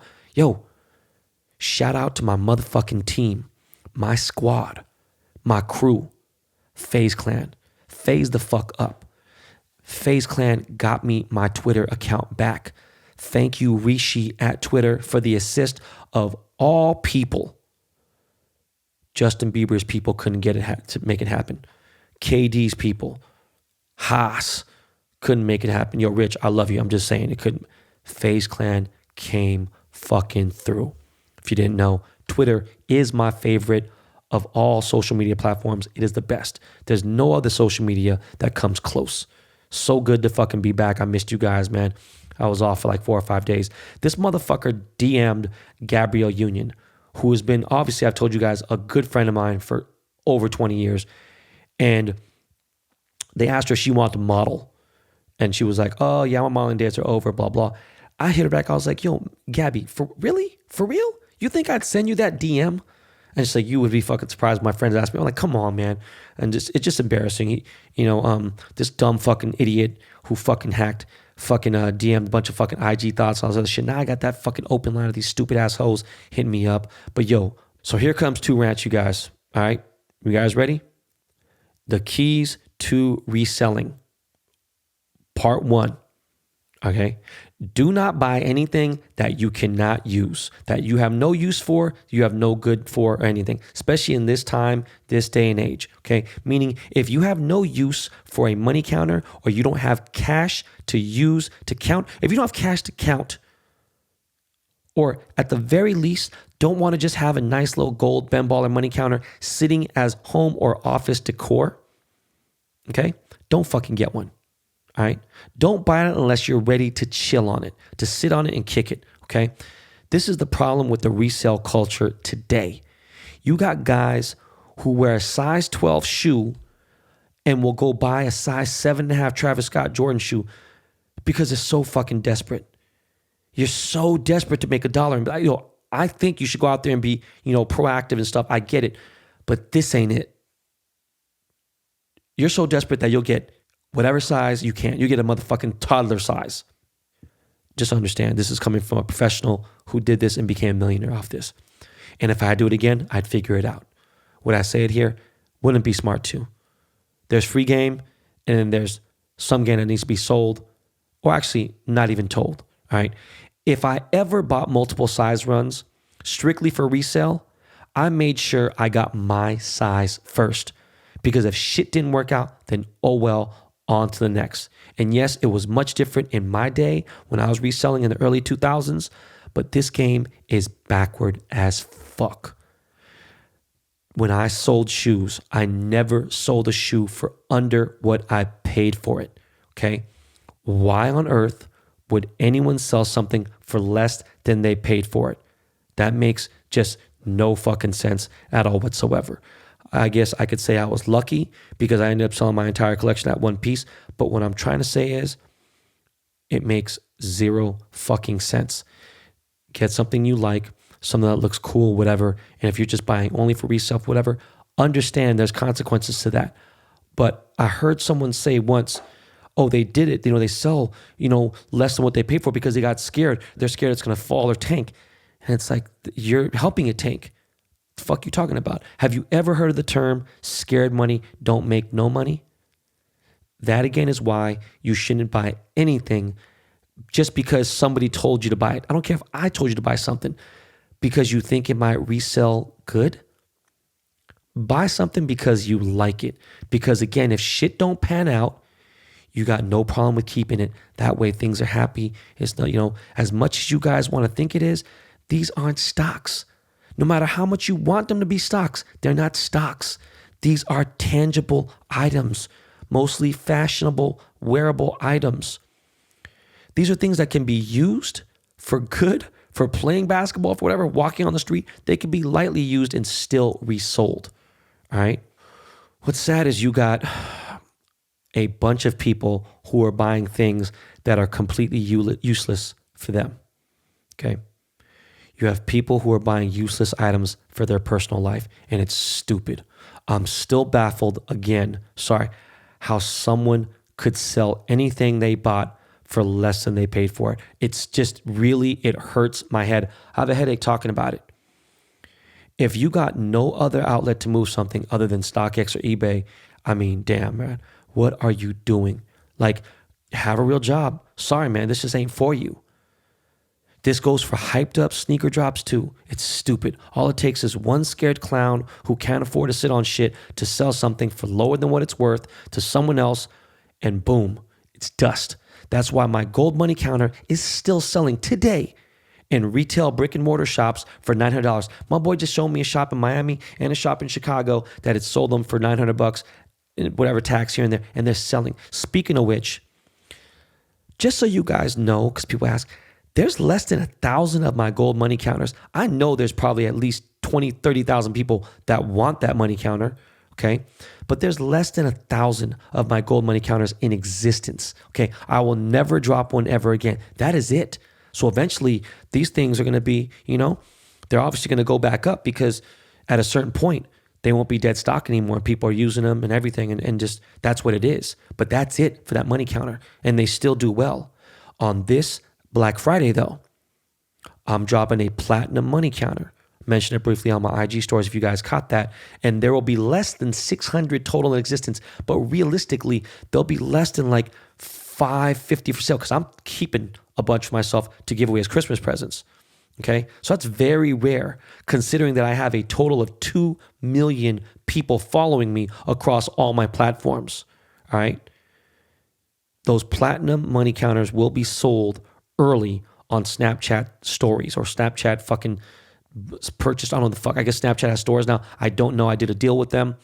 I'm letting you guys know before anybody else. Nobody else fucking knows this. It's going on before it goes even to fucking network, okay? But on Black Friday, there will be an actual release, and then that is it. There'll be no more fucking money counters, period, ever with my fucking logo on it, ever again. Just trust me on this. There is more demand than people fucking think. They're $200 fucking dollars. They're fun. It's a novelty item. The fuck is wrong with some of you? Like, if that's too much money for you guys, don't buy them. Okay? There will never be another gold digital scale drop ever. There's never going to be a gold vacuum sealer drop. Okay? By the way, I haven't even got my digital scales yet. Some of you guys got your shit. I haven't even got mine. Okay? But we're close to curtain call on all these gold drops. And if we do anything, it's going to be something super fucking fresh. And my collabs with network are starting to come to an end just because I want to expand my own brand and my namesake and keep it strictly for bbdtc.com because I got collaborations with Oakley coming up, with New Era and other stuff, and I got cool shit. And it's not for resale. It's shit that I want people to use, right? Because it's shit that I think is fresh, and some people like the shit that I rock. Even though I fucking tell you I'm washed, people fuck with it. Real quick, man. Tomorrow, DesignerCon begins. Okay, you gotta fucking download. You gotta just go to DesignerCon. Google it. Go to their fucking Instagram page. Sorry if that sounds like a fucking terrible shout out, but they're not paying me. These are just homies of mine. You want to get some fucking rare bricks? Go to DesignerCon. Get that shit. It's all virtual. You guys go fucking nuts. Get your fucking bear bricks. They have a fucking super rare Soriyama Mickey Mouse bear brick. Should it be worth a fucking couple G's and it'll keep going up and up in value. I know that for a fucking fact. Okay, now my next rant.